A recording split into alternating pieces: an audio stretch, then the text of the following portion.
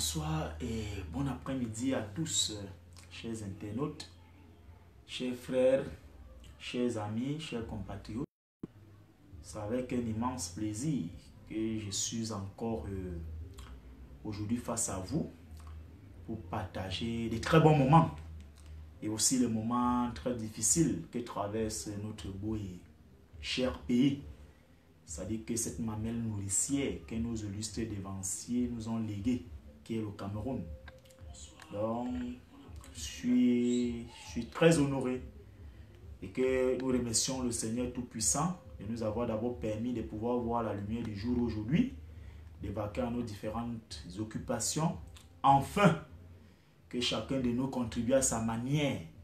Comment faire pour construire le Cameroun. Donc, je vous dis bonsoir, je vous embrasse et je vous aime tous. Donc, bienvenue à ces grands directs sur l'assassinat de son Excellence, Monseigneur Jean-Marie Benoît Bala. 2 ans après, c'est vrai que l'anniversaire de son décès est passé depuis le mois de mai dernier, le 31 mai dernier.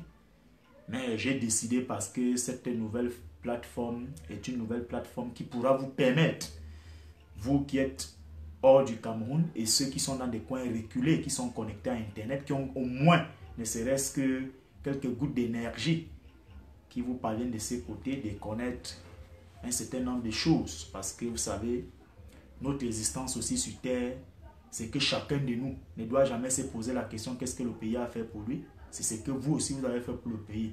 Et notre existence sur Terre, c'est que chacun de nous doit combattre pour son temps et pour son existence, afin de marquer son existence, c'est-à-dire que sur cette terre, positivement comme négativement, bon, le reste, c'est Dieu qui se chargera de juger les uns et les autres. Donc, j'ai choisi ce jour pour vous parler des grands axes, c'est-à-dire que chaque fois que j'aurai l'opportunité et un peu de temps, je choisirai une thématique ensemble avec les frères qui m'accompagnent, afin de revenir sur un certain nombre de choses et l'actualité ambiante. Donc, vous savez, Monseigneur Jean-Marie Benoît Bala était tout pour nous. Il était une vertu, il était un don de Dieu.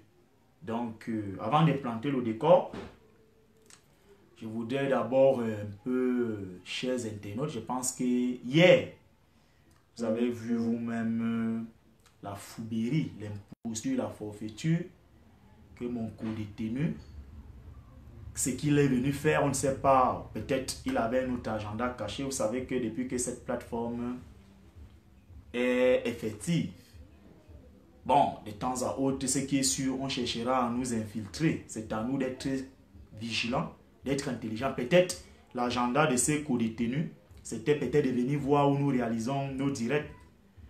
Et parce que ces fameux soi-disant droits de réponse n'avaient pas lieu d'être. Parce que je vais vous renvoyer, chers internautes, pour certains d'entre vous qui êtes très habiles sur la toile, d'aller regarder mes différentes interviews, des directs que je faisais avec M. Paul Chouta, vous verrez que je suis revenu sur les mêmes choses, c'est-à-dire les fameuses montres mystiques que le sorcier lui avait remis lorsque nous allions chez le juge le 27 décembre, quand il s'était approché de moi, mais proposant que voilà ce que le sorcier a demandé que nous abhorrons pour que nous soyons présentables devant le juge. Je lui avais opposé une fin de non-recevoir.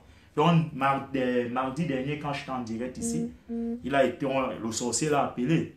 Donc, il fallait venir jouer la mascarade qu'il a voulu faire là. Bon, entre autres, il appelle, il dit qu'il va faire un droit de réponse. Au départ, ces droits de réponse avec les frères avec lesquels nous nous battons pour la construction de notre pays, de notre manière, j'ai opposé une fin de non-recevoir. Mais vous savez aussi que c'est aussi ça le devoir journalistique.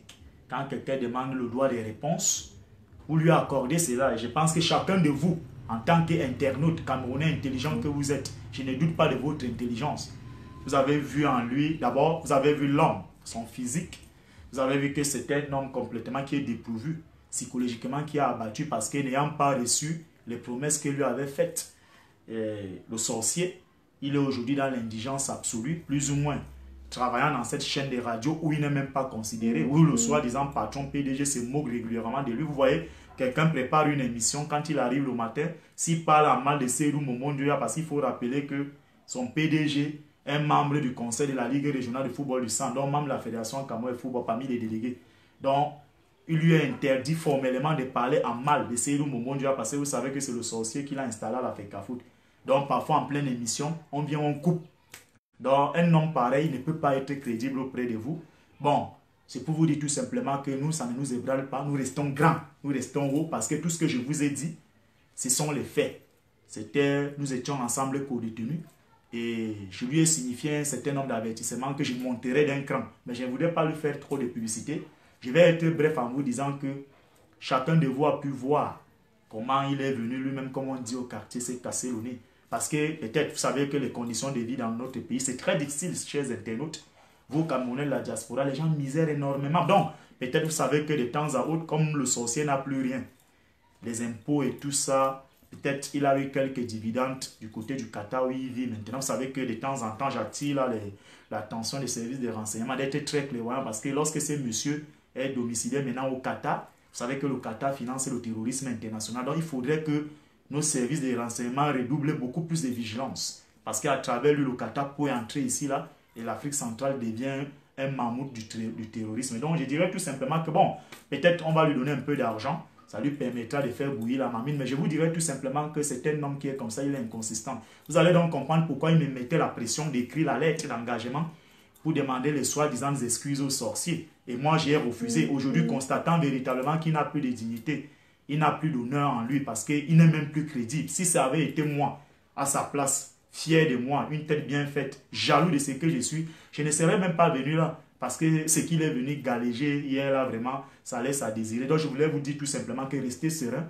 Je suis inébranlable. Personne ne peut me bousculer, chers internautes. Ce que je vous ai dit, ce sont les faits. Les montres avaient été envoyées, j'ai refusé. Chers internautes, j'ai refusé. Je n'ai pas écrit la lettre d'engagement. Plus grave même, lorsque le 28 décembre, avant ma libération, l'avocat du sorcier est venu à la prison centrale de Kondengui. Il a rencontré cet indigent, Sendunguru, lui faisant comprendre que comme le juge m'a mis sous surveillance judiciaire, que j'écrive une lettre d'engagement, lui, l'avocat, ira voir le juge afin qu'on assouplisse. C'est-à-dire que les mesures qui avaient été prises contre moi. Quand il est venu, vous savez que j'étais au quartier 3. C'est Issa Ahmed, l'ancien maire de Bafia, qui était venu me chercher, qui est très content de ce que nous faisons, qui est aussi en prison là-bas injustement, parce qu'il m'avait dit que c'est Kounabi Seke qui l'avait envoyé là-bas, bon, pour les combats là-bas dans l'Omba Minougou. Et alors, quand le Ndunguru est venu me dire ça, je suis monté dans une colère noire. Et après qu'il soit parti, c'est comme ça que M. le maire m'a posé la question, qui dit, mais pourquoi ton frère l'avait fait ça? Il ne sait pas qu'on veut vous diviser. J'ai opposé une fin de non-recevoir. C'est pour ça que je suis resté sous surveillance judiciaire pendant 6 mois. Donc, c'est un homme qui est comme ça, il n'a pas de personnalité. En plus de cela, la fameuse conférence de presse que le sorcier avait demandé qu'on fasse pour le gratifier d'honneur. Vous savez qu'il aime beaucoup les honneurs. J'avais refusé. Il est allé faire une autre conférence de presse à mon insu avec Nyassa Soleil, dans la radio de Nyassa Soleil, où d'abord à Mondo Vision, il a menti qu'il n'a jamais écrit la lettre d'engagement. Les gens ont fait des captures d'écran, ils ont envoyé ça à coups et pieds au sorcier au Qatar et le sorcier a renvoyé ça à M. Akou et Pied Domingo. Parce que je vous rappelle que M. Akou, qui est un parent à moi, ça avait été lui qui était le médiateur, donc qui était, c'est-à-dire que l'intermédiaire entre le sorcier et nous pour les différentes lettres d'engagement. Et le sorcier avait envoyé la lettre, cette capture d'écran en écrivant là-dessus qu'est-ce que ton gars là est sorcier, il nie qu'il n'a jamais écrit la lettre d'engagement. Donc c'est un homme qui est comme ça, il est ondoyant et divers parce que vous comprenez décidément que derrière ça il y avait un agenda, c'était des intérêts occultes. Mais moi je suis, comme vous me voyez là, je suis entier. Ça je vous dis ça, je suis comme mon défunt papa, que ça plaise aux gens ou pas. Je suis comme ça, c'est ma nature. Je ne me compromets pas. J'assume mes convictions. Même si ça va me valoir ce que ça va me valoir, je suis responsable. Donc, ce que je vous ai dit, ce sont les faits. Donc, tout ce qu'il est venu jacasser, quitter là hier, ce n'était que du plaventrisme. C'est que le professeur Monondiana appelait l'œsophage. C'est-à-dire que les problèmes intestinaux. Quand vous avez les problèmes d'estomac, ça dit que c'est, il faut vivre. C'est les problèmes de subsistance. Et moi, je n'ai pas ces problèmes. J'ai d'autres problèmes, mais pas les problèmes basiques là. Donc, chers internautes, c'est un homme qui est comme ça. Le but, c'était de venir voir là où nous faisons des directs, d'exister aussi sur notre page. Bon, entre autres, vous-même, vous allez vous faire une idée. Vous avez vu le faciès de l'homme. Vous avez vu sa posture. Vous voyez que ça projette ce que ça projette. Donc, il ne peut que déteindre, comme ça dit que son existence est physique, c'est aussi comme ça que sa naïveté, son ignorance peut être perceptive. Donc, je peux que vous dire ça. Moi, je suis une tête bien faite. J'ai fait de très bonnes humanités. Vous savez, il est originaire de l'Est. C'est pour ça que vous allez voir que c'est l'une des régions les plus sous-scolarisées de notre pays. Donc, il y a peu de têtes bien faites qui sortent de ces côtés. Donc, chers internautes, restez tranquilles. Je ne suis pas ébranlé. Nous allons continuer notre travail. Nous aimons notre pays. Ce monsieur a voulu compromettre ma vie. Il a voulu la détruire. Je suis resté debout. J'ai perdu mon enfant. Mais je vous ai dit ce que je vous ai dit. Donc, le reste là, ce n'est que bavardage. Toutes ces choses-là existent. Ce n'est pas moi qui ai créé les histoires où son fils Spinoza est venu dans la tanière de U17 harceler les autres sexuellement. Et les enfants entraient en érection lorsque vous dormiez avec lui. Vous êtes en train de rêver on est en train de vous sodomiser. Ce n'est pas moi qui avais demandé à la maman de Jean-Marie Dongou de m'appeler que quand son fils est parti de la Funde Sport pour aller à Majorque, l'enfant avait les couches de nuit. Donc aujourd'hui, Jean-Marie Dongou est où? Donc, chers internautes, je termine par là en vous disant que notre sport roi qui est le football, qui n'était que le seul parti politique qui ne nous divisait pas, où on ne savait pas si tu es Banileke ou tu es ceci, cela.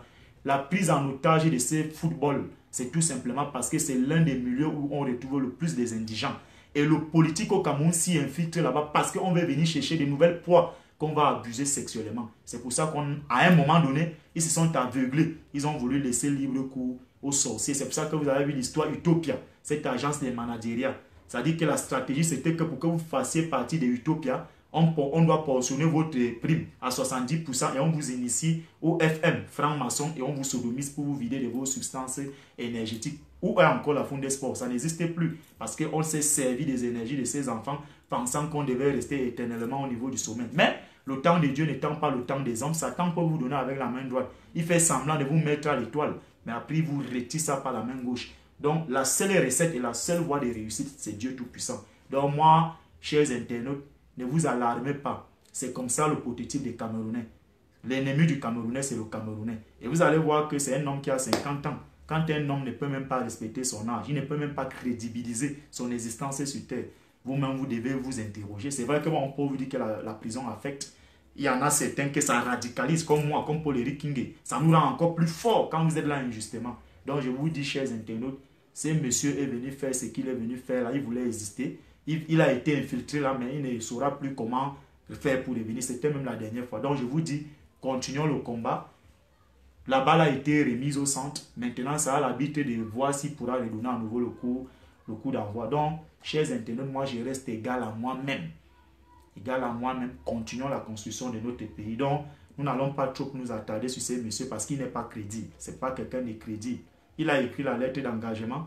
Il s'est dédié. Il s'est humilié. Aujourd'hui, il vient reconnaître qu'il a eu à dire des choses qui n'étaient pas vraies. Quand les femmes de Fou et la femme de Ken, la femme de Makoun l'appelait, c'est pour ça que vous avez vu que c'est concerné là. Donc, l'affaire est survenue, constatant qu'il n'avait pas de personnalité. Les téléphones ne passaient plus quand il appelait. Donc, c'est ça. C'est ça le prototype des Camerounais. Donc, vous comprenez que derrière ça, il y avait peut-être une idée de se faire de l'argent. Moi, je n'étais pas au courant. Parce que moi, cet individu-là, je ne l'ai jamais admiré, je ne l'ai jamais considéré. Et ne vous attendez pas que moi, un jour, je peux faire des concessions avec lui. Donc, c'est ce que j'avais à vous dire, chers internautes. Notre plateforme est une plateforme crédible, sérieuse, est une plateforme où, aujourd'hui, les nouvelles idées doivent germer, doivent émerger pour construire et éveiller les consciences que vous êtes, des têtes bien faites. Donc, je vous dis, nous passons là-dessus.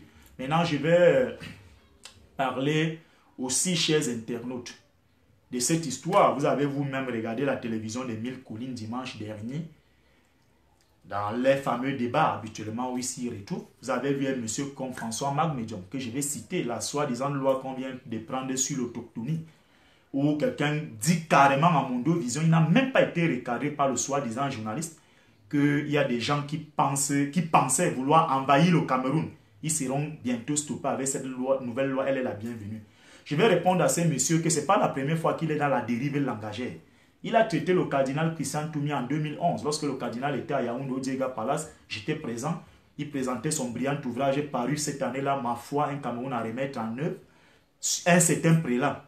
Vous savez, c'est très dangereux dans notre pays parce qu'il y a des gens qui ont peut-être raté leur retraite. Vous savez, c'est très difficile, chers internautes. Le Cameroun traverse des moments très difficiles. La misère est croissante. Les difficultés au quotidien, si vous n'êtes pas mentalement fort, si vous n'êtes pas mentalement bien préparé, vous allez vous retrouver en train de vous dédier, de vous compromettre. Et vraiment, ça fait mal. Ça fait mal parce que, bon, un homme comme ça qui se prévaut, entre guillemets, d'être un intellectuel, qui a soutenu une soi-disant thèse de doctorat où aucun étudiant ne fait de recherche sur ça. Elle se retrouve dans les annales de l'estime, mais personne ne va jamais la lire sur les silences présidentiels. C'est l'une des thèses les plus faibles du monde. L'une des thèses les peu, c'est-à-dire que l'une des thèses où il y a peu d'existence consistante sur le plan scientifique. C'est-à-dire que c'est un grabuge, un ramassis d'un certain nombre de petits colportages. Et ce jour-là, vous aviez vu vous-même à Mondovision que son parrain dans le FM, c'était M. Jacques Faminongo, quand il lui a fait aborder la touche. Donc vous comprenez que ce n'est pas quelqu'un de sérieux. Ce sont ces types de Camerounais-là, vraiment, ça fait mal. Mais moi, j'ai dit aux Camerounais qu'on ne va pas diviser les Camerounais. On ne va pas vous diviser. Tant pis pour ceux qui vont accepter de se diviser, vous resterez à la traîne. Parce que nous, on avance. Moi, tous les Camerounais sont mes frères. Je ne connais pas que tu es anglophone ou tu es bamileke. Tous les Camerounais sont mes frères. 95% de mes camarades de classe sont les bamileke. Vous avez compris, chers internautes. Et ce que je ne cesse de dire aux différentes autres communautés camerounaises, c'est d'aller copier ce que les bamileke font de bien. Ne nous leurrons pas. Je suis en un haut lieu de l'université. Je vais d'abord vous dire que les 3 communautés les plus scolarisées du Cameroun, c'est-à-dire celles où les gens vont le plus à l'école, pas parce qu'ils sont plus intelligents que les autres, pas parce qu'ils ont plus d'argent que les autres, mais ceux qui vont plus à l'école, ce sont les Bamileke, les Etoun et les Bassa. Maintenant, ce que les autres doivent faire, c'est d'aller tricher ce qui se fait de mieux chez les Bamileke. Pas de rester dans les petites rancunes inutiles, les petits déboires, les envolées qui ne servent à rien. Ils ont construit leur architecture pour résister. Ils ont construit, c'est-à-dire que leur résistance en mettant l'accent sur l'homme. Nos différentes communautés aujourd'hui, si elles veulent véritablement que nous soyons à la page, que nos soi-disant élites, les incompétents, les médiocres qui ont pris en otage notre pays, doivent apprendre que lorsque les meilleurs, qui sont distingués au CEP, au BEPC, au probatoire, au baccalauréat, la licence, ils organisent aussi des journées de récompenses comme le font les gars de l'Ouest. Moi, je viens, monsieur, comme Baragamboa. Lorsque la communauté bandunnaise, au foyer Bandune, à Etoile, qui remettait les bourses à ceux qui ont été les meilleurs étudiants, les meilleurs au baccalauréat, il était présent, mais il est incapable de faire la même chose pour les enfants originaires du Mfundi. Vous pensez que c'est les Bamileke qui lui empêchent de faire ça? Ce ne sont pas les Bamileke, donc ce sont des faux débats. Personne n'empêche Henri Paul Motazé, qui est extrêmement riche, qui n'est ni un homme d'affaires, d'aller à San Mélima, de prendre tous les enfants du Sud, qui sont distingués comme des meilleurs au baccalauréat, au BPC, au probateur, ceux-mêmes dans les milieux universitaires. Voilà, à Tuzan. C'est un gars du Sud qui a créé le Cardiopac. Vous savez qui sont ses plus grands financiers? Ce sont les gars de l'Ouest. Ce sont les gars de l'Ouest qui ont permis à Tuzan d'aller en Londres. Qu'est-ce que les gens du Sud ont fait pour lui?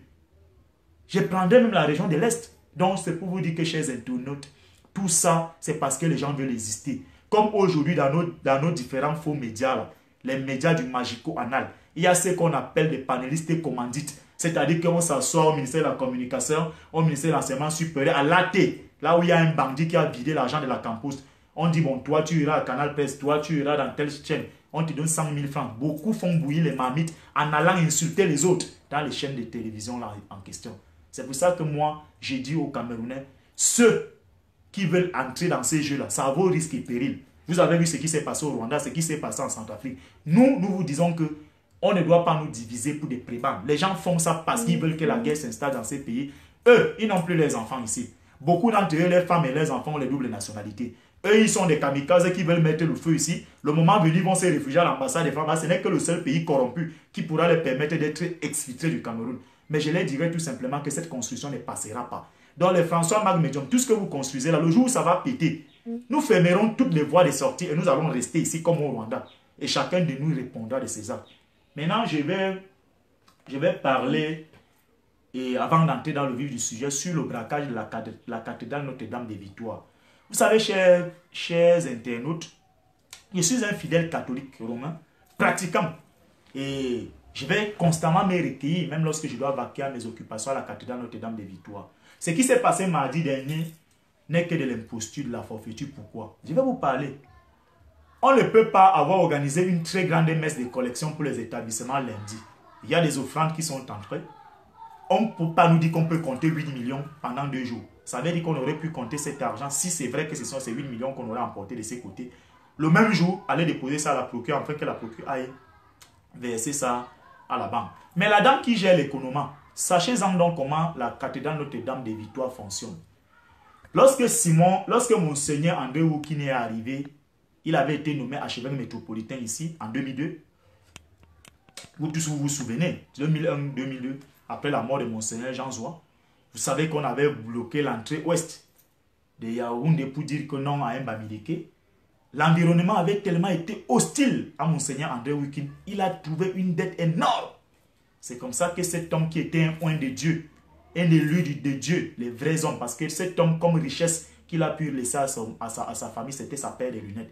À chaque fois qu'un membre de sa famille allait lui demander de l'aide, il disait que non, c'est l'argent de l'église. Il a été appelé par Dieu pour servir l'église et non pas pour se servir. Et vous allez donc voir que le père Woukine s'est battu à restructurer moralement la cathédrale Notre-Dame de Victoire.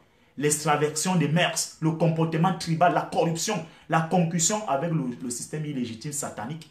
Il s'était vraiment mis à l'écart. Lui, c'était l'évangile. Lui, il prêchait pour le bien-être et l'existence de l'être humain. Alors, le père Woukine a été combattu. Il a été combattu, jusqu'à ce que lors d'une conférence à l'Université catholique d'Afrique centrale, on avait empoisonné le micro qu'il était en train de parler. Étant tombé là, il ne s'était plus jamais relevé. Ntoyen Bakot Simon est arrivé. Vous savez que Ntoyen Bakot a été accepté parce que c'est un homme qui n'a pas de personnalité. Il est compromis, c'est un corrompu. Et entre autres, selon ce qu'on dit, qu'il aurait été camarade de classe de M. Biya. Et vous savez que l'épiscopat camerounais était pris en otage et contrôlé par Beninga Eboutou et Pioro Pio pour l'ancien nonce apostolique. Je vais revenir là sur l'assassinat de Monseigneur Jean-Marie Benoît Bala. C'est donc comme ça que Bakot étant arrivé, il a commencé un certain nombre de réformes. Bon, les réformes en question, c'était beaucoup plus pour ses propres avantages, parce que lui-même n'était pas blanc comme saint. Et c'est comme ça que les réformes en question ont débouché sur un idéal très simple. C'est-à-dire quoi? La cathédrale étant un lieu qui est tellement ouvert. L'ancien directeur de cette cathédrale, Xavier Antoine-Marie Evouna, qui est actuellement le recteur du sanctuaire marial d'Insimalem, était aux États-Unis. Étant rentré des États-Unis, il a ramené les caméras.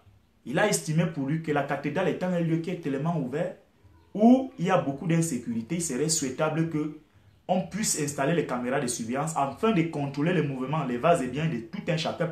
Il ne voulait pas contrôler les prêtres, mais il était tout simplement question de préserver la cathédrale d'un certain type de comportement. Alors, le père Evouna, Jean-Marie, qui est le recteur du sanctuaire marial de Simalem, quelqu'un de probité morale inattaquable, un grand homme d'église, il a travaillé là-bas. Vous savez aussi que c'est un moine. Il a grandi au monastère, donc de temps à autre, il aimait se renfermer afin de pouvoir travailler. Et quand Bakot a été débarqué pour ce que vous connaissez là, que je vais revenir sur ça, sur Monseigneur Jean-Marie Benoît Bala, on a nommé Jean Barga, leur ami à eux, administrateur apostolique avant qu'il ne soit confirmé comme archevêque métropolitain de Yaoundé. Il est revenu avec Xavier Atanas Olomo, qui avait été chassé des milieux de l'église parce qu'il était au petit séminaire de Mbalmayo. Il avait été chassé et excommunié de là pour pratiquer des pédophilies. C'est comme ça que Olomo est ramené et il est nommé recteur de la cathédrale Notre-Dame de Victoire. Il arrive, il supprime les caméras de surveillance. Entre autres, lorsque Jean Barga nomme le personnel diocésain, c'est-à-dire que l'administration de l'archidiocèse de Yaoundé, sur les 100 personnes qui administrent l'archidiocèse de Yaoundé, il y a 85 Eono. Le reste, maintenant, on a réparti ça avec les autres tribus. Et un jour, j'ai été frappé par une image, chers internautes. Il y avait une dame de l'Ouest qui avait une boutique. On vendait les lunettes là-bas. Il y avait beaucoup d'autres objets sensibles pour la santé de l'être humain. Il a fait entrer tout un catépia qui est venu démolir ça, demandant à cette dame d'aller installer ça à Bafoussam parce qu'il est temps que la cathédrale revienne aux chrétiens. Pourtant, elle-même, elle était une fidèle qui cotisait. Elle payait sa dîme chaque semaine et chaque mois. Ça avait gêné tout le monde. Il a instrumentalisé encore un autre truc. Vous allez voir tous les jeunes qui vendaient tout le long à l'intérieur de la cathédrale, là, les œuvres de piété et les sacrements d'église. Ces enfants sont persécutés jour, c'est-à-dire que jour pour jour. Parfois, il appelle le délégué général à la Société nationale, il parle le patois. On envoie les escouades de policiers là-bas à Ouara d'Intimiévouna comme ça. Et ce qui s'est donc passé mardi dernier, c'est que si ces caméras de surveillance étaient véritablement fonctionnelles, on devrait aujourd'hui savoir qui sont derrière ça. Ceux qui sont derrière ça, c'est qui? il faut demander l'argent des fidèles à Jean Baraga, au Lomo, et sa nièce qui gère l'économie, celle qu'on a trouvée là le matin, qu'on dit qu'on aurait ligoté, qui dit là-bas, selon ses dires, elle dit que ces gens ont voulu tirer sur elle. Un a dit que non, ce n'est pas elle qu'on voulait, c'est Olomo qu'on voulait. Posez-vous la question de savoir pourquoi Olomo a voyagé à la veille. Donc, chers internautes, c'était de l'entourloupe, c'est de la mascarade ce qui s'est passé à la cathédrale Notre-Dame des Victoires. On doit nous dire pourquoi Olomo avait débranché les caméras de surveillance que le père l'abbé Antoine-Marie Evuna avait installé pour sécuriser, pas pour sécuriser les prêtres, mais sécuriser la cathédrale pour voir les vases et biens les uns des autres. Chers internautes. Et plus grave, ces jeunes qui se débrouillent là, tout autour de la cathédrale, c'est eux qui assurent véritablement la sécurité. Parce qu'il y a vraie insécurité à la cathédrale de Notre-Dame des Victoires. Moi qui vous parle, en 2012, j'allais composer les NAM. Je suis allé là-bas très tôt en matinée, je me suis posterné pour louer le Seigneur. J'ai enlevé ma montre, j'ai déposé sur le banc. 30 minutes après ma prière, quand je lève ma tête, quand je ne vois plus ma montre. Il y a même eu des gens qui perdent même les laptops là-bas, c'est-à-dire, vous allez à la maison, vous fermez votre véhicule, on vient, on casse le pare-brise. Certains même, comme par exemple, aujourd'hui, j'étais à l'adoration du Saint-Sacrement. Ils viennent à la messe du jeudi parce que il y a au moins un nombre, c'est-à-dire acceptable de fidèles. Ils soutient les gens. Ça existe, les portables même. Parfois, les femmes, vous savez que quand une femme entre à l'église, celles qui pêchent au quotidien, celles qui trompent leur mari, c'est-à-dire les femmes infidèles, qui viennent là pour demander pardon à Dieu, aller faire les mêmes choses. Quand elles se concentrent là pour prier, elles s'oublient. Donc même les sacs à main des femmes sont volés. Véritablement, il y a le vol à la cathédrale. Et parfois, c'est le personnel même de la cathédrale. C'est-à-dire que ceux qui travaillent à l'économie, même certains prêtres même, là-bas à la cathédrale sont des voleurs. Ils ne sont pas sérieux parce que vous savez que le métier de la prêtrise aujourd'hui, les gens ne viennent plus là parce qu'ils sont appelés par Dieu. Donc c'est pour vous dire que ce qui s'est passé là, si les services de renseignement, les enquêteurs veulent vraiment faire leur travail, vous allez voir que la main de Olomo existe là. Parce que toutes les filles qui se sont succédées, comme gestionnaires de l'économie, sont ses soeurs, ses nièces, ses cousines. Ce sont que les étoiles qu'il met là-bas. Donc on doit nous dire comment les gens collectent l'argent. Lundi et mardi à 6 on vient braquer. Ça veut dire que c'est quelqu'un à l'intérieur de la maison qui a filé l'information. Et ces bandits ne sont pas des bandits ordinaires. Ces bandits se trouvent à l'intérieur de la cathédrale, chers internautes. Donc, voilà des choses comme ça que nous ne devons pas accepter dans notre pays. Les gens vont venir vous dire, oui, les gens ne craignent plus Dieu, ils viennent même voler dans la maison de Dieu. Mais quand vous avez tout désacralisé, un pays où il n'y a plus de morale, où un homme peut aller avec un homme, où un homme peut prendre son coq, il fait la zoophilie avec, où un homme peut prendre la chèvre, il encule la chèvre. Vous pensez que c'est quoi? Vous voyez des gens qui ramassent l'argent dans les caisses de l'État, ils affament d'autres Camerounais. On se retrouve aujourd'hui qu'on n'a pas de dialyse, on n'a pas de plateau technique, on n'a rien. Nos hôpitaux sont des mouroirs. Ceux-là sont même plus dangereux que les braqueurs. Les braqueurs, là, eux, ils viennent braquer parce qu'ils ont faim. Parce qu'ils sont dans l'indigence, dans le besoin. Mais ceux qui ne sont pas dans le besoin, pourquoi ils volent tous les jours? Donc l'archevêque métropolitain de Yaoundé, Jean Baraga, qui a sa croix au cou comme un talisman, qui passe le temps à brandir à longueur de journée, à pavaner avec, doit nous dire où se trouvaient ces 8 millions de francs CFA. Cet argent, c'est où? Pourquoi Olomo a voyagé à la veille? Sa nièce qui gère l'économie. Maintenant, elle dit que non, c'est quand un autre prêtre est tenté d'arriver là, qu'on a aussi poussé le prêtre dedans, on a fermé la porte, les gars ont fui. Vous pensez que, chers internautes, tel que la cathédrale est ouverte, avec la souffrance que les Camerounais vivent au quotidien, je vous assure, à partir de 4 h du matin, tout le centre-ville, les Camerounais sont déjà dehors pour aller se débrouiller. À 6 h, la messe de 6 h à la cathédrale, elle n'a pas plus de 100 personnes. Mais les altères et les alentours de la cathédrale, là, ça, je sais de quoi je vous parle. Les gens sont déjà là, ceux qui font le chai, ceux qui font le café, ceux qui ont les brouettes pour frire les œufs ambulants. Ils sont là. Ça veut dire qu'un tel truc comme ça, là, si les gens n'ont pas une bonne information venant de la maison, ils ne peuvent pas s'attarder. Ça veut dire que ça a de venir faire ça, chers internautes. Donc, que Olomo, Jean Baraga et sa nièce qui gère l'économie nous disent où les 8 millions de fidèles sont partis. C'est à eux qu'il faudrait qu'on s'adresse. Que les gens arrêtent de faire ce qu'ils sont en train de faire là, ils racontent des histoires. Le père l'abbé Antoine-Marie Evuna a installé les caméras là-bas. Vous allez voir, chers internautes. Certains qui sont à Yaoundé, rendez voir la grotte Maria Lancy-Marel. Vous allez voir que cet homme, quand il a été nommé recteur là-bas, il a modernisé cet endroit propre. Quand vous allez là-bas chaque 12 h du mois, vous vous sentez confortablement en communion avec Dieu. C'est d'abord quelqu'un de sérieux et de très honnête qui n'est pas compromis dans les histoires du magico-anal, dans la corruption, les faux frères qui détruisaient l'église de l'intérieur en prenant les cadeaux de support de Satan de l'extérieur. Donc, chers internautes, le braquage à la cathédrale Notre-Dame des Victoires de Yaoundé, Olomo, Xavier Atanas, le pédophile, l'actuel recteur, et Jean Baraga, et sa nièce, la nièce de Olomo, qui gère l'économie là-bas, doivent nous dire où se trouvait cet argent. C'est à eux qu'il faudrait demander cet argent. Maintenant, chers internautes, je vais terminer en vous disant que le milieu ecclésiastique camerounais est très dangereux. Très, très dangereux. La traîtrise, la médisance, la calomnie, les empoisonnements, c'est eux. Notre église est fractionnée aujourd'hui parce que, chers internautes, il y a aujourd'hui deux courants à l'intérieur de l'église catholique. Le premier courant, c'est quoi? C'est ceux qu'on présentait être les mauvais évêques. Le cardinal Toumi, Samuel Cléda, le feu Dieu de Neubomix, et Suya Fontaine, l'archevêque de Bamenda, et un certain nombre de les bons évêques, c'est Monseigneur Adalbert Ndjana, Christophe Zoua, Jean Baraga, Xavier Atana Solomon. C'est-à-dire que les gens qui gèrent les intérêts occultes, qui sont là pour damner les esprits des fidèles. C'est pour cela que, chers internautes, aujourd'hui, vous devez savoir la vérité de l'assassinat de Monseigneur Jean-Marie Benoît Bala. Vous savez, les gens peuvent faire des choses dans le noir. Je peux tuer quelqu'un ici, là où je suis là. Je me dis que je suis seul. Ça ne sortira jamais. Même le rideau va aller me trahir. Même le mur. Même un jour inconsciemment comme ça autour d'un pot. Je vais me perdre en conjoncture et je vais lâcher ça. Pour que vous sachiez qui était Monseigneur Jean-Marie Benoît Bala. Monseigneur Jean-Marie Benoît Bala était un grand serviteur de l'église. Un oint de Dieu. C'est quelqu'un qui a gravi tous les échelons avant d'être consacré évêque. Il n'a jamais usurpé. Il n'a jamais été un imposteur. Il n'a jamais été un falsificateur d'un certain nombre de choses. C'est un homme qui a toujours été rationnel, droit dans ses bottes. Et il s'était toujours opposé viscéralement et radicalement contre la pratique de la pédophilie et de l'homosexualité. Ça dit que chaque fois qu'il faisait ses homélies, il ne cessait de le marteler en attirant l'attention des fidèles que seul le plus grand salaire et la plus grande récompense qu'un fidèle puisse avoir, c'est le travail. Et que la reconnaissance et la gloire doivent revenir à Dieu. Chers internautes, Monseigneur Jean-Marie Benoît Bala était déjà sur l'œil du cyclone.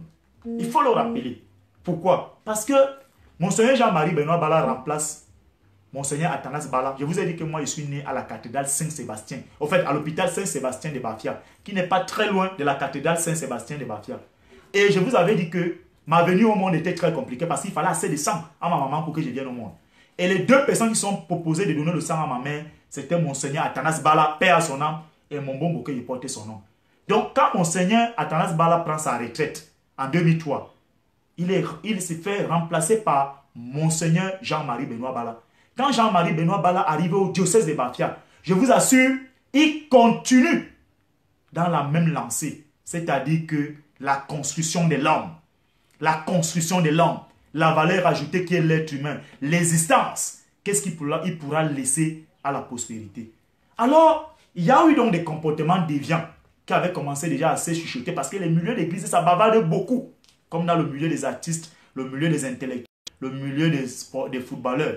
Parce que là-bas, on voit beaucoup dire que l'église, c'est un truc hermétiquement qui est fermé, c'est un truc très vicieux où on parle peu. Mais je peux vous dire, à l'intérieur, les complots qui sont tout dits contre les uns et les autres, ah mais mon Dieu, c'est très grave. Parce que je sais de quoi je vous parle, j'ai été au séminaire, moi j'aurais pu être prêtre. Parce que Monseigneur Athanas Bala s'était proposé de payer mon cursus, mais j'avais refusé. Pourquoi? Parce que je n'étais pas appelé à faire ça. Mais il faut être vrai. C'est ça qui tue notre pays aujourd'hui. Les gens vont embrasser ce qui n'était pas prédestiné à faire. C'est vrai, on va vous dire que c'est le chômage, mais on ne s'amuse pas avec Dieu. On ne fait pas la roubladise avec Dieu. Avec Dieu, il faut être vrai.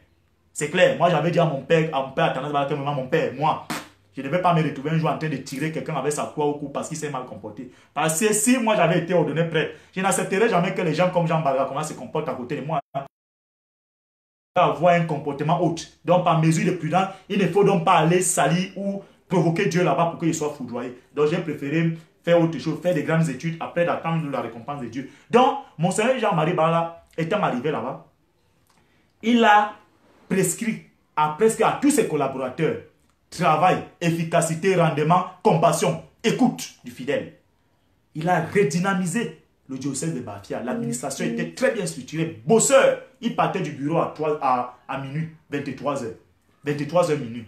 Alors, le recteur qu'on avait tué, le recteur Ndjama, avait constaté que la plupart des enfants qui faisaient les études au petit séminaire avaient déjà changé le comportement. C'est-à-dire, vous savez, au séminaire, quand vous êtes au séminaire, l'un des premiers critères, c'est que vous n'avez même pas grand-chose à faire. En dehors de faire vos études, vous faites des études, vous vous levez le matin, vous priez, vous allez à l'école, vous rentrez, vous mangez. Vous êtes bien. Et oui, il y a donc ce qu'on appelle les bienfaiteurs, c'est-à-dire quelqu'un qui peut décider d'être ton bienfaiteur, pour être ton parrain, pour te payer les études et t'accompagner jusqu'à ta consécration. Alors, le père Ndiama, le recteur, avait donc constaté qu'il y avait un écart de comportement. Les séminaristes dormaient, rentraient tard. Certains d'entre eux étaient toujours absents. Alors, c'est comme ça qu'il va donc dire à Monseigneur Jean-Marie Benoît Bala.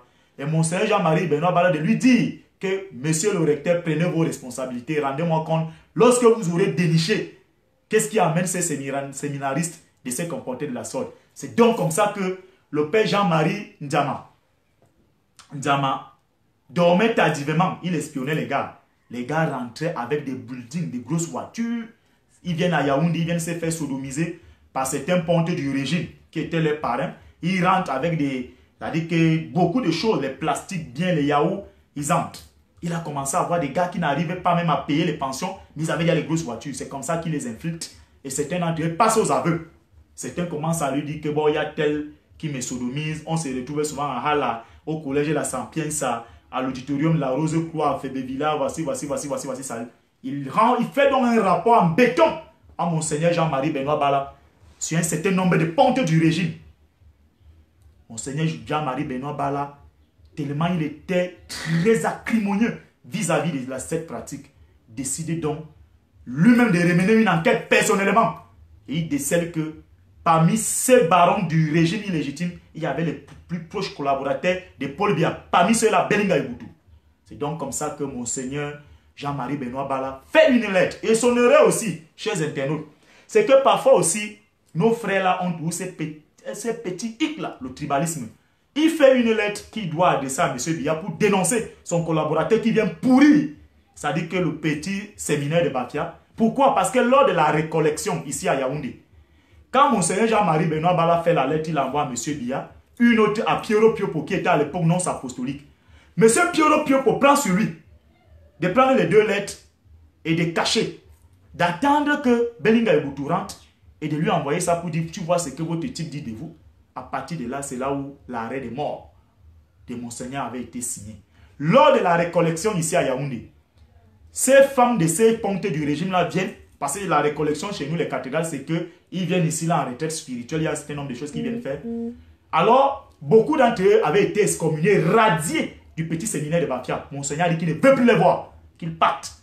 Ils arrivent donc ici, ils viennent voir les mentors, dont les maris ici à Yaoundé. Et les maris donc décident que non, on va vous réintégrer coûte que coûte au petit séminaire. C'est comme ça donc que Monseigneur Bala, parce qu'il y a une troisième lettre qui va chez Jean Barga. Alors, Belingadon étant rentré, il appelle Jean Barga. Il dit à Jean Barga que c'est toi qui m'as présenté Jean-Marie Benoît Bala. Tu m'as dit que c'était ton frère. Voilà. Il faut qu'il rétablisse ces prêtres qu'il a excommuniés. Entre autres, dans la journée du 27 au 28 au 29, au 30, Monseigneur Jean-Marie Benoît Bala reçoit 3 émissaires qui disent venir du cabinet civil. Ils arrivent à Bafia aux environs de 8h30. Monseigneur était en train de prendre ce petit déjeuner. Ils déjeunent ensemble avec lui. Alors, ils disent qu'ils sont venus de la part, ils ont un pli fermé, ils sont venus de la part du cabinet civil. Alors, Monseigneur de leur dit que bon, d'accord, on finit le déjeuner, je vais vous recevoir. Ils disent à Monseigneur que non, prends tout ton temps, il n'y a pas de problème, nous sommes là pour longtemps, pour toute la journée. Et comme Monseigneur c'était un bosseur, il monte dans ses bureaux, il travaille. À pareille heure comme ça, à 17h30, il décide donc de les recevoir. Il les reçoit dans ce qu'on appelle le parloir. C'est comme ça dans les milieux ecclésiastiques qu'on appelle le lieu de réception, le parloir. Ils vont s'asseoir là-bas. Alors les gars lui disent qu'ils sont venus de la part du directeur du cabinet civil parce qu'il y a un certain nombre de décrets que le Monseigneur a eu à prendre.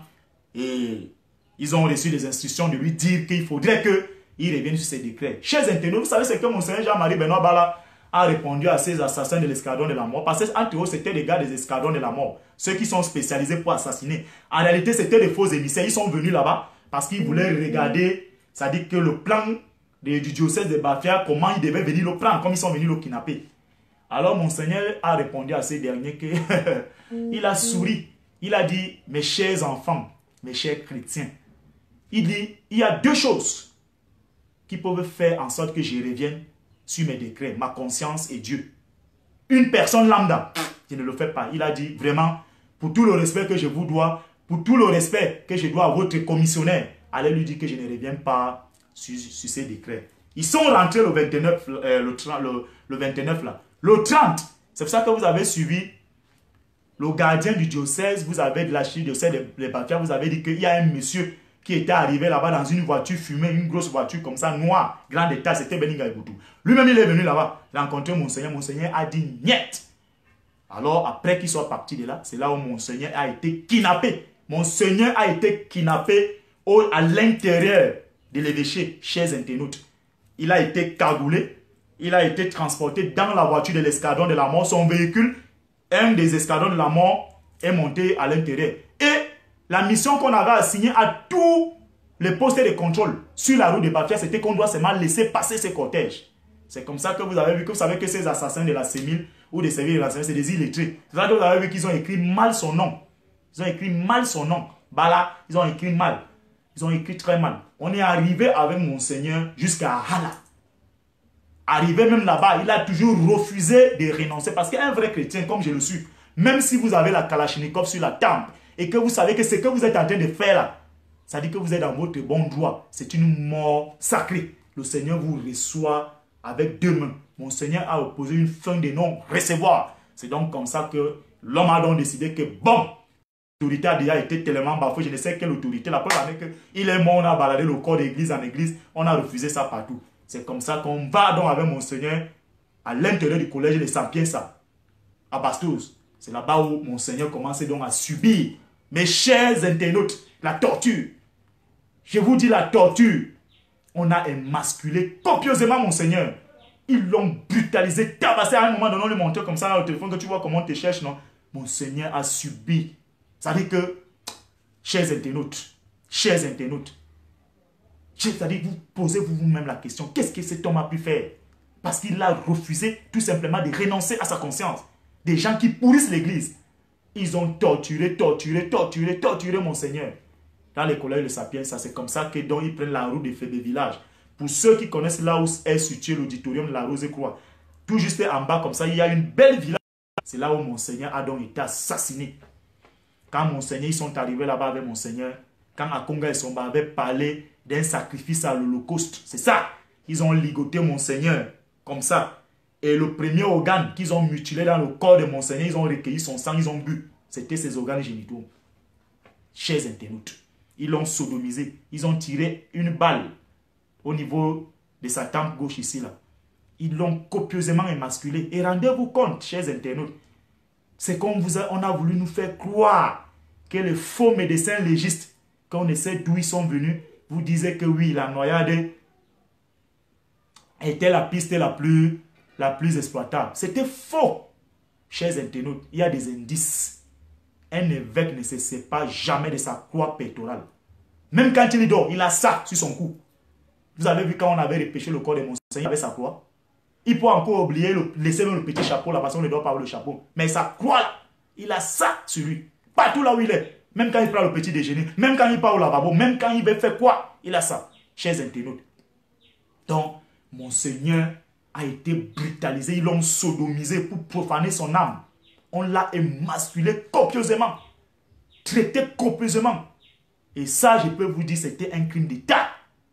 Après ça, quand ils ont fini de faire ça, dans la nuit du 30 au 1er juin ou 2 juin, c'est comme ça qu'ils ont pris un fils d'un ancien colonel retraité de cette armée, l'armée de l'air.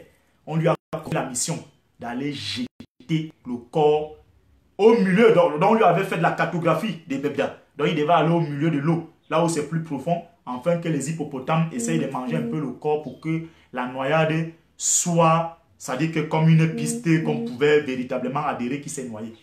C'est donc comme ça que vous savez qu'un crime n'est jamais parfait. C'est pour ça que je vous renvoie d'aller lire le brillant ouvrage de Léger Tiga, Monseigneur Jean-Marie Benoît Bala, un crime trop parfait. Quand ces messieurs, parce qu'il a paniqué, il n'a jamais exercé une mission pareille. Vous avez tout un évêque qui est tué. Vous voyez comment son sang a été vidé. On vous met comme ça là à l'intérieur de l'hélicoptère, on vous demande d'aller jeter au milieu de l'eau. Il a paniqué. C'est pour ça qu'il est allé jeter à Tchang. La petite localité pas très loin là-bas de Robala. Donc il a paniqué. Étant arrivé là-bas, il n'a plus pu repérer l'endroit. Et le pêcheur malien qui avait déjà mis ses étangs, là-bas, a vu comment on a jeté le corps. Et c'est comme ça que vous avez vu que les chaussures de Monseigneur étaient retournées. Mais, chers internautes, cet assassinat, il y a 4 personnes que si les services de renseignement du Cameroun, ils ont fait le travail, hein, ils ont déposé le rapport à qui de droit. Parce que le délégué général de la Sûreté nationale était un grand homme. C'est un bon papa, il fait du bon travail. Il avait redemandé une deuxième enquête. Mais comme Belling a été impliqué, on a essayé de faire pression, là, on dit machin, jusqu'à ce qu'ils ont monté d'autres évêques contre les autres. Ils ont utilisé les suppôts de Satan, comme les Christophe Zoua, pour être les médiateurs auprès du courant de l'aile dure de Cléda. Et ah oui, à un moment donné, vous savez que chez nous, quand l'idée nous dépasse des mètres, on met la tribune, on a commencé à dire que non, c'est un 2 de 0. Vraiment, qu'est-ce qu'un nordiste à y voir? C'est comme ça que ça se comporte chez nous. Quand on n'a pas d'argument. Alors, avant ça, Jean Barga appelle Monseigneur. Il dit, je suis devant ton portail. C'est quand Monseigneur sort de ses appartements qu'il est kidnappé. Oui, oui, oui. Contrairement à ce qu'on vous a fait comprendre que non, c'est sa femme, une dame en Mendon qui l'aura appelé. C'est faux. C'est Jean Barga qui avait émis l'appel là. Je suis devant ton portail. C'est pour ça que vous avez vu dans les différentes interviews de Monseigneur Samuel Cléda, il avait dit, Monseigneur avait reçu le coup de fil de quelqu'un de très important. Cléda était un homme sage, un homme très assidu. Il sait ce qu'il dit. Il sait comment positionner ses mots. Chers internautes. C'est ça. C'est comme ça qu'on a kidnappé Monseigneur. Oui, oui, oui, oui. Alors le péché malien a vu. Il a tremblé. Parce que s'il avait, on avait même repéré le péché malien, on l'aurait tué. La preuve en est qu'on l'a même tué, puisqu'après on n'en a plus entendu parler de lui. Il est où? On vous avait dit qu'il y a un chef d'État qui lui avait gratifié de 500 000. Mais en ce qui concerne l'hélicoptère, c'est aussi l'équivoque qu'il faudrait lever très rapidement. Retenez-le qu'au Cameroun, il n'y a qu'une seule personne, chef des armées, qui est Paul Biya, qui autorise à ce qu'un hélicoptère puisse décoller. Donc, ça a été un crime d'État. Les gens connaissent les uns et les autres ce qui s'est passé. Donc maintenant, chers internautes, revenons pour dire tout simplement que Monseigneur Jean-Marie Benoît Bala a été assassiné. Et ceux qui étaient, c'est-à-dire que les commanditaires qui ont orchestré l'assassinat, ils se connaissent aujourd'hui. Pioro Piopo. Cet homme a pourri le milieu de l'église au Cameroun, chers internautes. 70% des évêques qui ont été promus, sans aucun rendement, sont ces gars qui appartenaient à cette écurie du magico-anal que Belinga Eboutou, Piero Piopo, avait organisé dans l'église catholique. C'est pour ça que vous avez vu, même la démission de Bakot, malgré que lui-même n'est pas exempt de tout reproche, ça a été orchestré. Les Onambele Zibi, les Belinga Eboutou, ils ont monté un certain nombre de journaux comme Repère.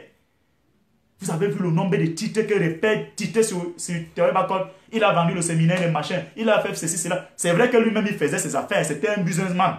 Mais je peux vous dire quand même que, chers internautes, en tant que fidèle dans cette église, Théorie Bakot avait gardé quand même une vertu fondamentale en lui. C'est qu'à chacune de ses homélies, il dénonçait l'inceste, la pédophilie, l'homosexualité, la fornication, boire le sang. Et ça ne plaisait pas à ses sorciers. C'est pour ça qu'on avait décidé qu'il fallait qu'il parte. Ah oui. En 2013, lorsque Bakot démissionne, on lui a forcé la main. Il était en train de faire une messe de collection en volie. Pioro Piopo est arrivé là-bas avec la papa mobile, avec une fausse lettre qu'ils avaient écrite au cabinet civil avec Beninga Eboutou, disant que ça venait du Vatican. On a demandé à Bakot de renoncer à sa charge apostolique. Oh oui, c'est passé Bakot est malhonnête. Moi, je pouvais faire un livre sur ça. Cet homme est même d'abord méchant parce que si j'allais lui rendre visite une fois à l'époque où ses bureaux étaient à Loncat, il y avait les paniers d'argent comme ça. Et il vous dit seulement merci, merci, merci, mais le même argent, il prend, il utilise ça à d'autres femmes. Oui, c'est comme ça que ça s'est passé. Bakot n'a jamais démissionné. C'est passé les milieux de l'église et il y a l'hypocrisie. La preuve en est qu'il parlait ça par derrière. Parce qu'il n'a pas de personnalité. Regardez comment il est même affamé. Il est obligé aujourd'hui d'aller dans les restaurants faire les prières là-bas. Pour qu'on lui donne à manger, on lui donne un peu d'argent. Il se retrouve dans les églises de réveil. Vous pensez qu'on doit humilier un prélat comme ça? C'est la malédiction.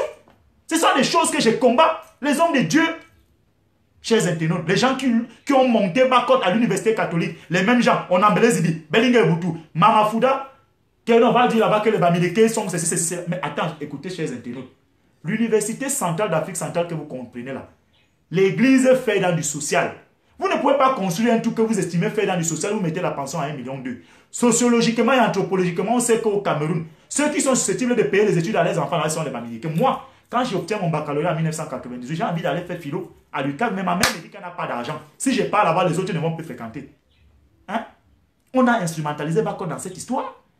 Si ça n'avait pas été le père Lado qui s'était offusqué, mais attends, comment un homme de Dieu peut prendre sur lui? Il écrit une lettre et il mentionne que est-ce que c'est parce qu'ils sont plus intelligents que les autres qu'ils embrassent les matières scientifiques? Est-ce que c'est parce qu'ils sont des tricheurs? Là, ce n'est plus un homme de Dieu qui parle. Oui. Vous jetez donc l'anathème sur une communauté. Et ça n'avait pas été bien apprécié. Et c'est un jeu qu'on avait amené Bakot à jouer. Il pensait que ces gens étaient avec lui. Mais vous avez vu comment on l'a pressé comme une orange. Et le moment venu, on l'a jeté. Ah oui, regardez-le. Donc c'est ça. Et plus grave, quand on annonçait la disparition de Monseigneur Jean-Marie Benoît Bala, quand on était en train de le chercher dans les eaux de Bebda, le procureur de la République a mis son bureau sous scellé. Mais vous savez, Jean Barga a envoyé Olomo, qui allait ouvrir ses bureaux-là. Il a pris des dossiers. Parce que Olomo et Monseigneur Jean-Marie Benoît Bala, c'était l'eau et le feu. Parce qu'il avait été nommé à l'époque là-bas, quand Monseigneur Jean-Marie Benoît Bala était évêque comme économe. Il n'avait pas fait plus d'1 an. Il avait été chassé parce que Monseigneur avait fait la main dans le sac pour pratiquer de pédophilie. Donc c'était l'eau et le feu. Donc voilà donc, c'est-à-dire que l'orchestration, la structuration de l'assassinat de Monseigneur Jean-Marie Benoît Bala. Un homme qui est un très grand nageur, on vous dit qu'il s'est noyé. Chers internautes, je vais vous dire, un homme de cet acabit, de cette posture-là ne se suicide pas. Oui, c'est interdit dans les vertus de l'Église qu'un serviteur de Dieu se suicide. C'est de la lâcheté, c'est de la faiblesse. Jean-Marie Benoît Bala ne pouvait pas se donner la mort, chers internautes. C'est pour ça que vous avez vu Monseigneur Akonga et Somba, quand il avait convoqué l'apôtre Paul. Ce n'était pas parce qu'il parlait de l'apôtre Paul de la Bible. Il parlait d'un Paul qui existait sur terre. Pourquoi me persécutes-tu? Et il s'est posé la question en ironisant. Qui tue même les prêtres de ce pays? Chers internautes, une question très simple. Bellingue Boutou était à l'office religieux de Monseigneur Jean-Marie Benoît Bala à la cathédrale. Non, lui qui était prompt à être à toutes les cérémonies. Même lors de l'enterrement à Bafé, il n'y était pas. Suivez mon regard. Mais, vous savez, nous, par exemple, les vrais chrétiens, on avait décidé que trop, c'est trop. Et il fallait que les hommes d'église fassent le travail. Et je vais vous faire une confidence. Lorsqu'on fait la levée du corps de Monseigneur Jean-Marie Benoît Bala à l'hôpital général, avant la levée du corps, Jean Barga et Cléda ont failli en venir aux mains. Parce que quand Monseigneur Cléda arrive, on sort, on tire au premier tiroir, il dit que non, ça ce n'est pas mon évêque. On tire au deuxième, il dit que ça ce n'est pas mon évêque. Jean Barga n'était pas encore là. C'est comme ça que les réseaux du Magico en l'appellent. Comme il y avait les vitres très transparentes là, dont on voyait les gestes, à un moment donné, Monseigneur Cléda est sorti de ses gants. Il a fallu beaucoup de médiation, beaucoup de tact pour qu'il accepte. Parce que rien ne justifie même que c'était le corps de Monseigneur qui était dans son cercueil.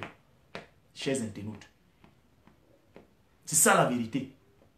Alors, Monseigneur a donc été brutalement assassiné comme ça. Pour quelle raison? Tout simplement parce qu'il s'était offusqué contre la pratique de la pédophilie, les abus sexuels, l'exploitation de l'être humain, l'homosexualité.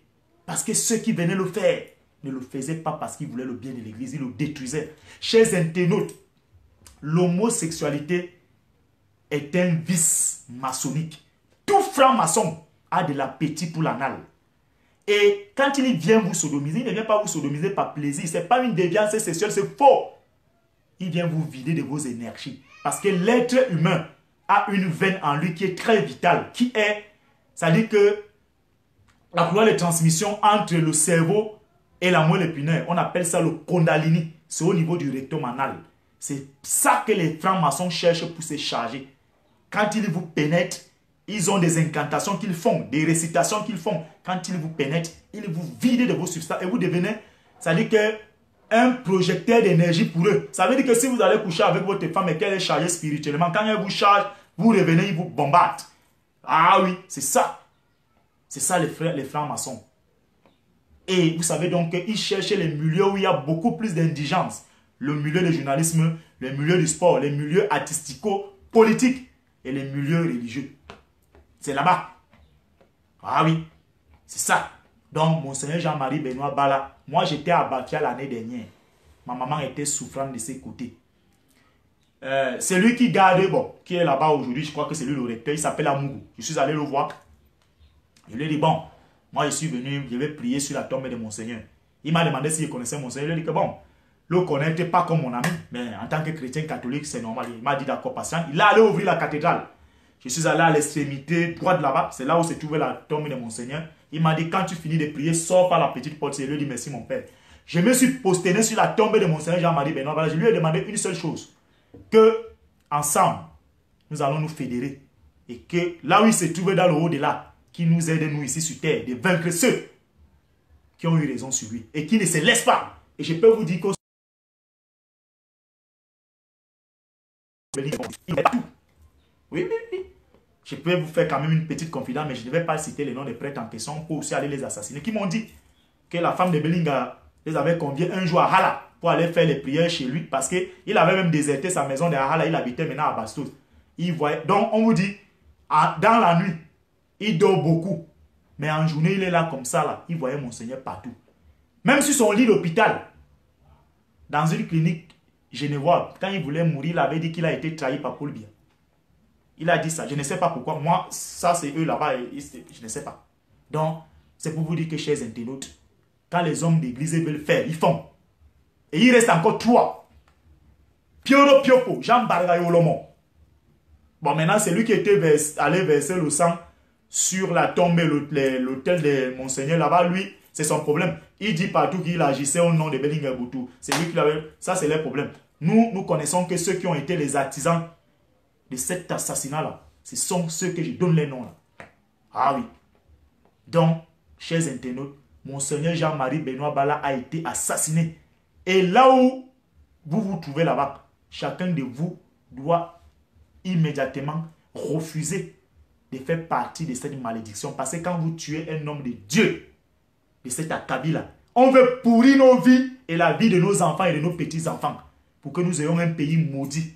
Comme c'est le cas de la République démocratique du Congo. Parce que quand on avait tué Lumumba, le dernier propos que Lumumba avait avancé, il avait dit que le Congo ne sera jamais en paix. Parce qu'il avait été trahi par Moïse Tshombe, par Mobutu Sese Seko, par tous ces Aïrois. Donc, Monseigneur Jean-Marie Benoît Bala, son âme doit reposer en paix. Et qu'ensemble, avec nos prières, continuons à les élever pour que ceux qui ont participé à son assassinat, ceux-là aussi doivent subir. Ceux qui ont tué le révérend Père Angèle Benvin, ils ont même fendu sa tête, ils ont mangé son cerveau. Parmi eux, il y a un qui a passé 17 ans de prison avec Michel Thierry à Tanabega. Et le jour où on enterrait Monseigneur Angèle Benvin, voici ce que les jésuites avaient dit, que celui qui a fait ça, toute sa vie ne va que connaître la souffrance. Suivez mon regard. Donc, Jean-Marie Benoît Bala était un oint de Dieu. Il pouvait avoir ses péchés comme tout serviteur de Dieu, comme tout être humain. Mais, quand vous êtes contre l'homosexualité, la pédophilie, l'avilissement de l'être humain, comme on dit au quartier, je vous donne mes mains.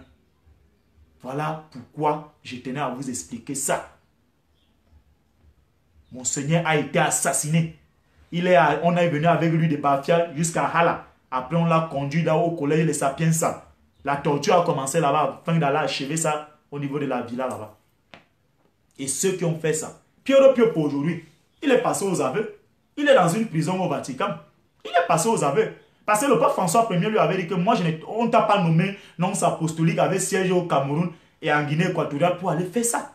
Je vous assure, ils ont sodomisé 70% des évêques. Ah oui. Et vous avez vu que c'était tous ces évêques qui étaient les évêques les plus choyés. Ils avaient de l'argent, les belles voitures. Toutes les grandes cérémonies étaient présents. Ah oui. C'est ça. C'est ça, chers internautes. Voilà comment votre pays fonctionne. Un pays du mal. On vous dit que depuis l'arrivée de M. Biya au pouvoir, il a le record, le plus grand record des assassinats des hommes de Dieu. Pourquoi tout ça? Et c'est pour ça que Monseigneur Akonga et Somba avaient posé la question. Vous êtes qui pour vous attaquer au Christ? Ah, vous voulez défier Dieu. Voilà. Défiez Dieu donc. Défiez Dieu. Défiez Dieu. Chers internautes, ça fait mal. Un homme de Dieu de cet acabit. Et on a réussi à infiltrer la famille de Monseigneur Jean-Marie Benoît Bala. Son neveu qui était son bombo, il avait été reçu au cabinet civil. Je connais un journaliste de la Nouvelle Expression qui travaille avec ces gars. Le jour où on l'a reçu au cabinet civil, Vincent Sosten Fouda a appelé ces journalistes pour dire que ces gars ne va plus venir. Il a été reçu au cabinet civil. Même Vincent Sosten Fouda que vous avez vu, il s'est associé à ces combats-là. Un temps, il était avec Beling Eboutou. Il est parmi les gens qu'on avait utilisés pour diaboliser Bakot. On lui avait promis qu'il devait être ministre. Il a insulté Kamto partout. C'est quand on ne lui a rien donné qu'il s'est radicalisé. Les mêmes réseaux ont monté le coup contre son ancienne copine qui a monté ses enfants. On l'a bastonné nu et on a envoyé ça à la télévision des 1000 collines. Voilà. C'est la même chose qu'ils vont faire un jour à Onangini. Qui croit être avec eux là. Il passe à soi là-bas, il insulte tout le monde. Ils vont te faire ça. C'est ça, chers internautes. Méfiez-vous des Camerounais. Même vous qui êtes à l'étranger là, sachez comment marcher. Le Camerounais te vend même pour rien.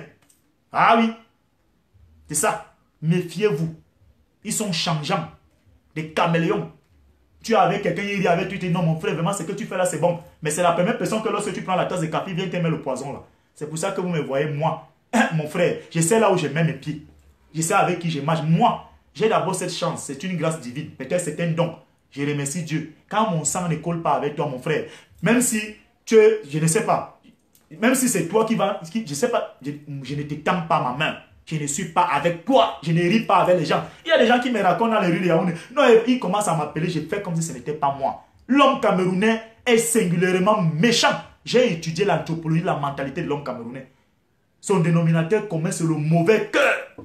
C'est pour ça que vous voyez notre pays dans la traîne comme ça. Un jour, un de mes professeurs de philosophie m'avait dit qu'à un moment donné, on mérite Paul Biya comme président parce que nous-mêmes, les Camerounais, ne sont pas sérieux. Ah oui, vous avez vu, il y a des gens qui ont été candidats à l'élection présidentielle.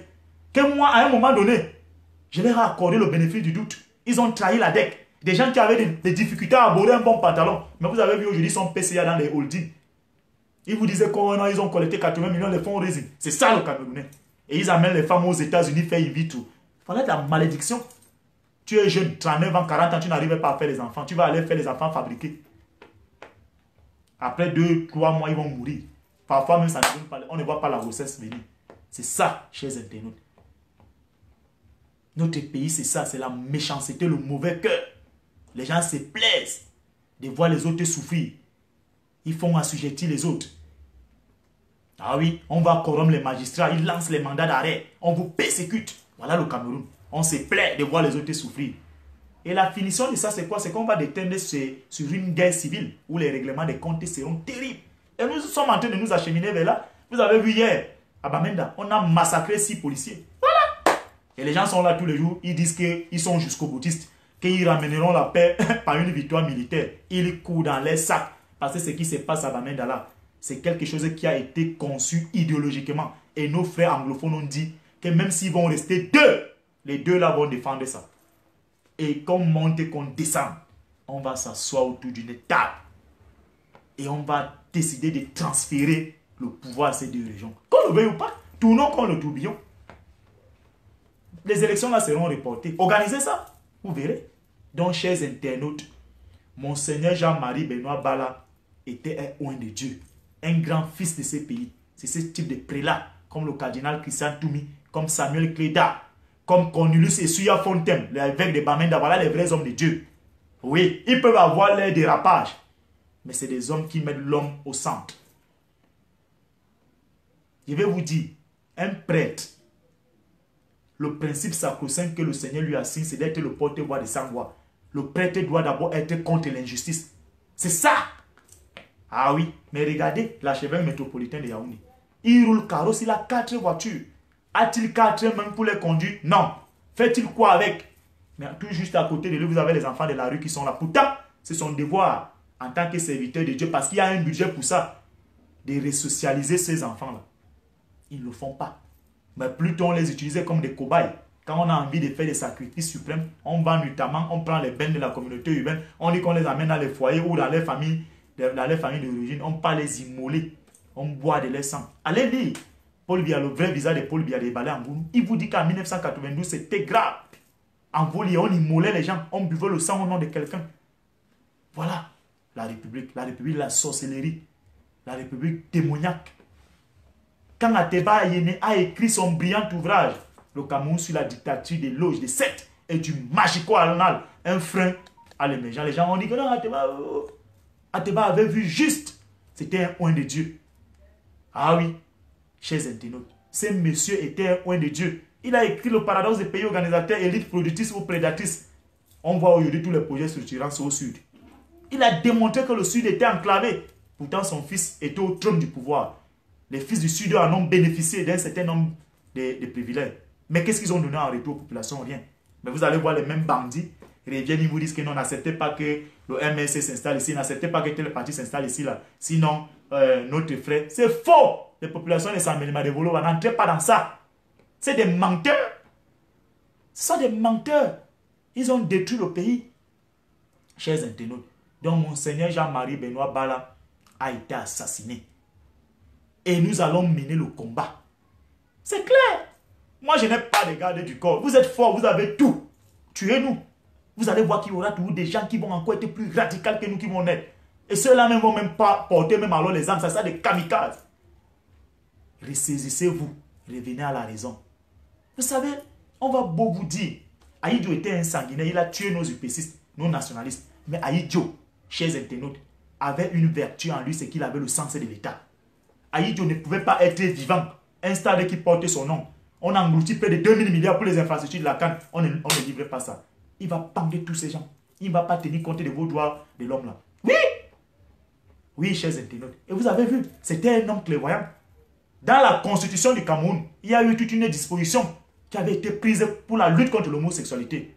L'article 347 bis. Ah oui! Lui-même, Aïdjo était un franc-maçon, un homosexuel, initié par William Tolbert, le tout premier président de Sierra Leone. C'était son parrain. Aïdjo faisait ça. Mais il a quand même protégé les générations futures. Oui!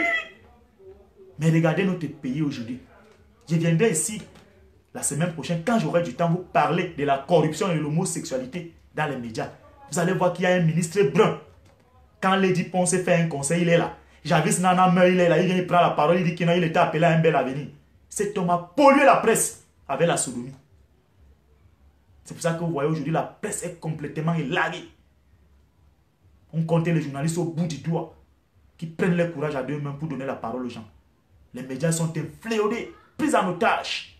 Ah oui, c'est un directeur de publication roule carrosse. Mais regardez, ce sont des feuilles de chou. Parce que quoi, c'est le réseau du magico-anal. Notre pays est pris en otage par ça, le diable, le satanisme. Ils ont tout verrouillé. J'étais rentré dernièrement visite à mon directeur de thèse au ministère de l'enseignement supérieur. Alors, j'ai échangé avec lui. Au sorti de là, il m'a envoyé quelque part là. Je suis allé voir un là qui dit m'admirer. Il me dit vraiment, alors comme toi tu as décidé de combattre les francs-maçons et les homosexuels, c'est eux qui ont l'argent, c'est eux qui ont l'économie mondiale. Toi alors, vraiment, et ici au Cameroun, tu vois, non? Il a tiré le tiroir à ses chers internautes. Il avait beaucoup d'argent, les blocs d'argent là. Il a pris 500, un billet craquant, il m'a donné. Par politesse, je n'ai pas voulu refuser. J'ai pris sa paix au sorti là, j'ai déchiré, j'ai jeté ça dans le bac à ordures. C'est vrai que ça peut me valoir ce qu'il y a pour me valoir, mais j'ai fait ça. Voyez donc comment ils sont vicieux. C'est des sorciers. Parce que quand ils tirent le tiroir, c'est un appât qui vous tend.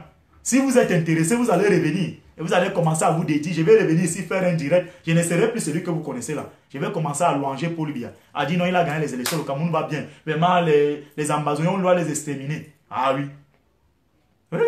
Il y a un ministre ici là qui a trompé un jeune comme ça. Il est venu le voir. Il dit bon, vraiment, tout ça, il a commencé quand il voyage. Il ramène les manchettes, les chemises et les belles paires de chaussures, les gros téléphones à ces jeunes hommes là. Un jour, il invite ces jeunes hommes là chez lui. Il avait un canapé lit dans son bureau. Il dit au jeune homme que bon, il va te donner 3 millions. Tu vas commencer à me sodomiser. Le Mboutouk tombé dans le piège. Il croit que oui, il va venir sodomiser le type. Il est venu 3 fois, on a donné 9 millions. Après un temps, il a commencé à louer les appartements de 325 000. Quand il rentre au quartier, il avait une petite Yaris beau.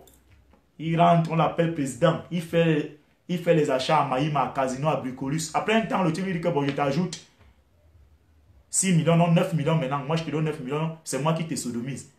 Puisque un temps d'abord, on a coupé. Il n'était plus ravitaillé, le type ne l'invitait plus de venir le sodomiser.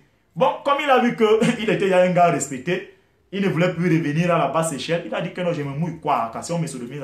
Donc on l'a niqué 2, 3 fois. Il allait mourir en Afrique du Sud. C'est comme ça. Parce que ça, il faut entretenir l'anal. Et les hôpitaux, c'est en Afrique du Sud et en Espagne. Quand vous entendez que celui-là, il est en Afrique du Sud, il est en Espagne, c'est là-bas, il va faire ce qu'ils appellent le pansement anal. Il y a un journaliste de ces pays qui avait taire son nom. Son petit frère est médecin à l'hôpital général. Un jour, son petit frère lui a dit que mon grand frère, tu sais pourquoi je ne mangeais plus la viande? Son grand frère lui a dit non. C'est parce que je vois des choses. Tous ces gens que vous voyez là, avec les vestes, vraiment, quand ils viennent faire le nettoyage anal à l'hôpital général, je vois les anus qui baignent les sangs. C'est pour ça que j'ai perdu le goût de la chair rouge. C'est ça votre pays. C'est pour ça que vous voyez qu'on peut tuer les gens à Bamenda, 13 000 morts. Vous voyez des gens viennent avec les yeux rouges. En conférence de presse, ils vous disaient que quand tu vas se retrouver dans le village de Si, je savais. Voilà les gens là. Ils sont comme des fous. Le sang qu'ils boivent. Mais Tutu Sedouala l'a dit dans Méditation des prisons. Page 57, chapitre 11. Il vous parlait d'un sacrifice d'un être qui vous est très cher. La consommation d'un verre de sang frais humain. Il dit l'homosexualité est un combat nocturne, un tapis volant qui vous envoie dans l'ancestralité. Il a dit. Et vous connaissez qui est Tutu Sedouala. Vous allez aller relire au Cameroun de Paul Biya, de Fanny Pigeot, paru en 2011. Même chose, où on vous dit que un immeuble est bétonné, mais on voit un chat qui tombe la mort dans les bureaux de certains ministres. Oui, vous lisez et balayez en Gounou le vrai visage de Paul Biya, 100% Paul Biya, le cauchemar de ma vie. Ateba le magico anal au Cameroun sur la dictature de l'OEDC du magico anal. C'est ça. Voilà votre pays. Et qui a amené ça ici au Cameroun? C'est lui pour le jour-là. Ce jour-là, il est venu ici avec la soutane comme un missionnaire. Et la mission à lui assignée par l'administration française, c'était de venir sodomiser les chefs traditionnels de tout le Cameroun. Mais les seuls chefs traditionnels des tribus qui ont refusé, c'était les Etones, les Bamileke, les anglophones. Ils ont refusé de s'avilir. Les autres chefs traditionnels ont prêté le flanc. Ah oui, au jour-là. Et il a brouillé 80% de notre élite. C'est pour ça qu'il nous a germé cette malédiction. Il ne s'est pas seulement arrêté au Cameroun. Parce que les trois pays homosexuels d'Afrique francophone où l'homosexualité d'État existe, où on a vilé les gens, on a assujetti les gens, il y a le Gabon, le Cameroun et la Côte d'Ivoire. Ah oui, c'est ça. Voilà en quoi on a réduit l'Afrique. On prend des fous comme ça, on va les initier à la grande loge maçonnique de France, au Grand Orient de France. On les trompe que non, si vous êtes chef d'État, si vous êtes secrétaire d'État, vous êtes ceci dans vos pays, c'est nous. C'est faux. Et ils transportent des milliards. Ils vont verser là-bas. Donc vous allez vous inculturaliser dans les choses des autres. C'est pour ça que le père Gilbert disait que lorsque vous embrassez les cultures des autres, vous ne pouvez jamais vous développer. Vous êtes aliéné mentalement. Les Angélibin, c'était les visionnaires. On l'a tué en 95. Ils ont fendu sa tête. Ils ont mangé son cerveau pensant qu'ils allaient être intelligents comme lui. C'était impossible. Les gens comme Douala Moutoumé, qui était ministre de la Justice à cette époque, il a scellé le cercueil de Monseigneur Angélibin. Agbo Tabi, chancelier de l'université de Yaoundé 1, il a refusé les hommages académiques à Monseigneur Angélibin. Voilà. C'est le seul pays au monde, chers internautes, où dans nos soi grands lycées qu'on appelle l'université, on n'enseigne pas les savants.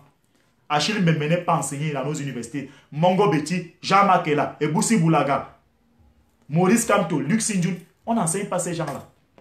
Claire n'est pas enseigné dans nos universités, Klukadina Toumi. Ah oui. Mais allez voir ce qu'on enseigne. C'est pour ça que vous constaterez aujourd'hui que la jeunesse camerounaise là, est mal formée contrairement à la jeunesse sénégalaise, nigériane, ghanéenne. Ah oui, parce que les contenus des enseignements sont vides. On a beaucoup plus libéralisé que les gens vont s'asseoir dans des amphis, ils ramassent les masters. Mais le contenu dans la tête là, c'est vide. Regardez, dans les Orange, les MTN, les Camtel, les jeunes filles qui se font recruter là-bas. C'est le droit de cuissage, la pharotocratie, la sexualité du canapé. Celle-là, quand elle vous libère même un SMS, mais mon Dieu, ça vous laisse à désirer. Elle vous dit, j'ai un master 2 en gestion et comptabilité. Elle vous écrit fin, la famine avec FIN. Voilà. C'est ça. Et c'est eux que vous allez voir, ils sont devant là, Camtel, partout là, avec les talons, les mèches brésiliennes. C'est pour ça qu'il faut féliciter mon Koulou Mondo, même si aujourd'hui il est comme il est. Quand il est arrivé à la CNPS après le départ de Montazé, il a constaté que la masse salariale était supérieure au budget de la CNPS. Il voyait les gens plein peu partout. Après, il a fait venir des experts en informatique. Il a dit aux gens que même si tu as eu le CEP au Bangladesh, je voudrais que chacun de vous vienne ici là maintenant avec son diplôme. Il y a eu des gens qui vous disaient qu'ils vont venir avec leur diplôme demain là, ils sont partis. Voilà. Voilà votre république. Et c'est cette république là que nous ne voulons pas. On veut un Cameroun où on ne va pas regarder les gens que tu es du Nord. Tu es anglophone, non. Un Cameroun où, si tu es susceptible de nous hisser à la nouvelle donne, à la nouvelle gouvernance mondiale, des Camerounais bien formés en informatique, des Camerounais qui sont compétents dans chaque domaine. Quand on lance un concours, on n'a pas besoin de parler d'équilibre régional. Si il y a une région qui est faible, elle reste dans sa faiblesse. Tout ce qu'on doit faire, c'est que l'État central doit permettre en sorte que tous les enfants du Cameroun soient égaux sur le plan de la connaissance. C'est ça. Ah oui. Vous allez voir qu'il y a telle région, là où quelqu'un a 8 de moyenne, il est admissible à l'ENAM. On empêche celui qui a 12, 13, 14, parce qu'on dit que non, sa région est déjà beaucoup représentée. Quel est même ces pays-là? Nous allons où avec ça, chers internautes? Donc, je tenais à vous parler aujourd'hui de l'assassinat de Monseigneur Jean-Marie Benoît Bala. Parce que cet assassinat a fait du mal à tout le monde. Et ceux qui ont fait ça, vos familles ne connaîtront jamais le bonheur. Ils ne seront jamais en paix. C'est une malédiction jusqu'aux dernières générations. Vous avez fait du mal à un oint de Dieu qui n'avait que pour seul objectif d'évangéliser les oies de Dieu qui sont moutonnés dans un esprit de caporalisation. Donc, Monseigneur Jean-Marie Benoît Bala était un grand homme. Il a été assassiné. Assassiné. Il a refusé de revenir sur ses décrets. Il a dit que seule sa conscience et Dieu peuvent faire en sorte qu'il revienne. Et c'est ça un vrai homme de Dieu.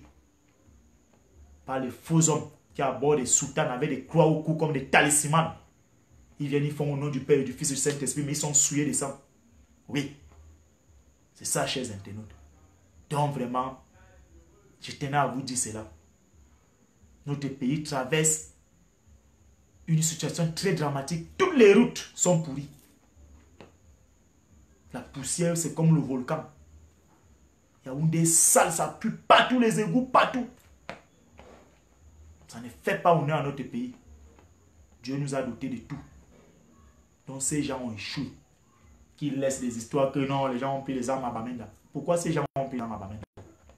Le cardinal Toumi avait dit qu'il y a deux choses qui vont amener la guerre. C'est le tribalisme et les fausses élections qu'on organise. On l'a été de tous les noms d'oiseaux. Nos frères du nord-ouest et du sud-ouest ne sont pas respectés, ne sont pas considérés. Et ils ont voulu se